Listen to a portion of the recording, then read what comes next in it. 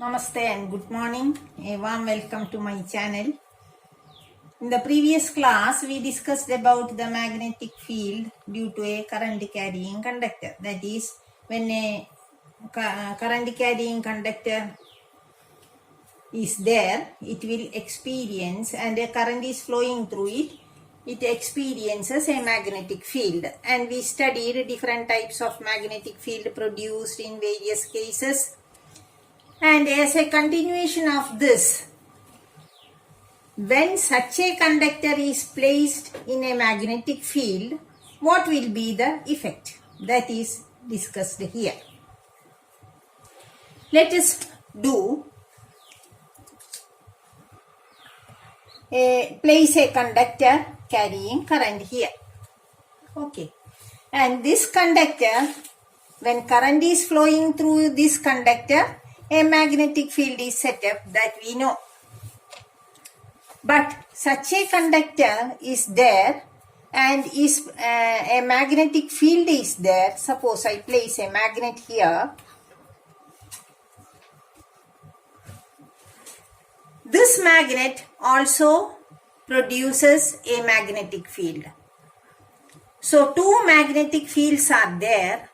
One is due to the current carrying conductor and the other is due to the magnet.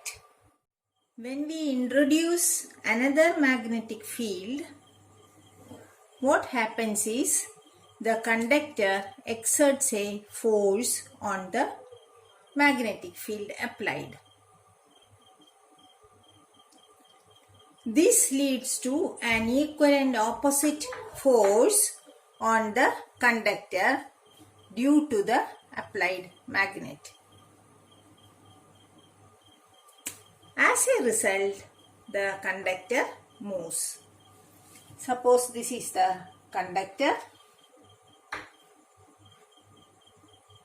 Here a magnetic field is there due to the flow of current, and when we place this conductor in between the magnetic field, what happens is the field here already present exerts a force on this magnetic field applied. Then an equal and opposite force is applied on the conductor by this magnet. And due to that, the conductor moves. Here two magnetic fields are present.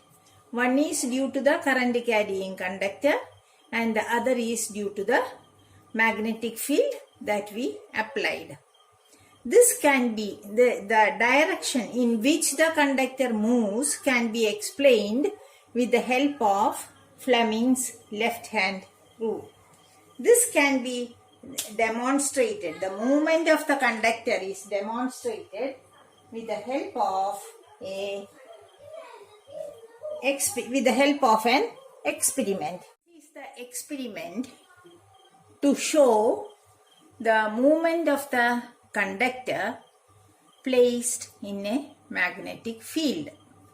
That is, a force is experienced on a current carrying conductor. Is explained with the help of this experiment. See here, this is AB.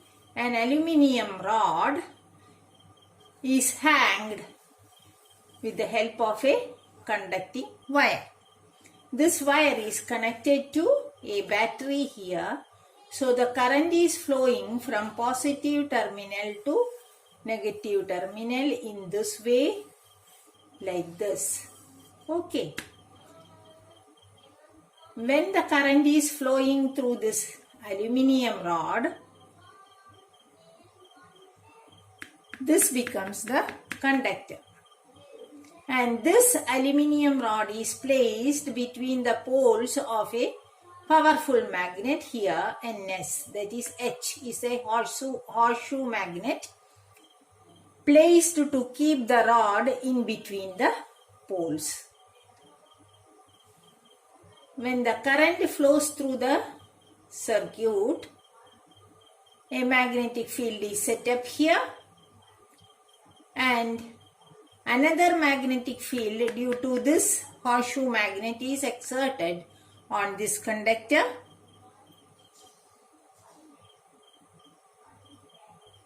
Due to those two magnetic fields, a force is exerted on the conductor and it moves.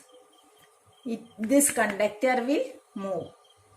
Let us see in which direction the conductor moves. That we can explain with the help of Fleming's left hand rule. An experiment connected with this force on a current carrying conductor. For that, we take an aluminium rod connected to a battery. It is connected to a battery like this. So in which direction the current flows? The positive terminal to negative terminal, right? And here we place a magnet. This is the magnet that we placed. That is just like in between this poles we place the conductor. Then this conductor will experience a magnetic field. Already there is a magnetic field due to the flow of current, and another field is produced by this magnet. As a result, what happens is this rod moves. A force is produced on this aluminium rod and it starts to move. This is what is happening when current is flowing through a conductor placed in a magnetic field. In which direction it will move, that we can explain with the help of a rule called Fleming's left hand rule.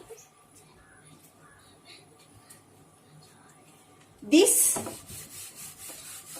motion will be maximum when the current and the magnetic field are at right angles. That is like this. When the current and the magnetic field are at right angles, the motion produced will be the maximum. This we can explain with the help of Fleming's left hand rule. What is Fleming's left hand rule? In that case, we hold our 3 fingers of our left hand at right angles to each other. In this way, you have to place your fingers in this way. This is the middle finger, this is the forefinger, and this is the thumb, right? This middle finger, or you can name it as a center finger. Center, C is there, right? Center finger. In order to make the rule easier, this represents the current. C for current, that is central finger, right? Then this is the forefinger.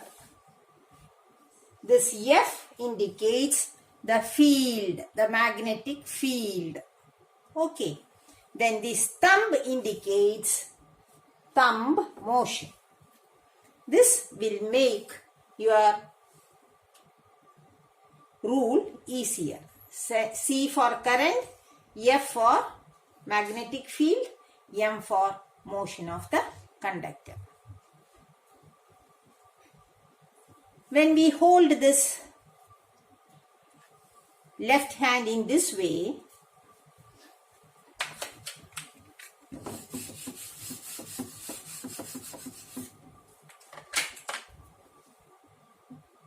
suppose you place the conductor. In this way, current carrying conductor placed in a magnetic field. Right? Here, the field is, you can hold your fingers according to the direction of the flow. Here, this is the current direction, that is this finger, central finger, and this is the magnetic field, that is magnetic field is acting from north to south. So in this way, so in which direction the conductor move? It moves downwards.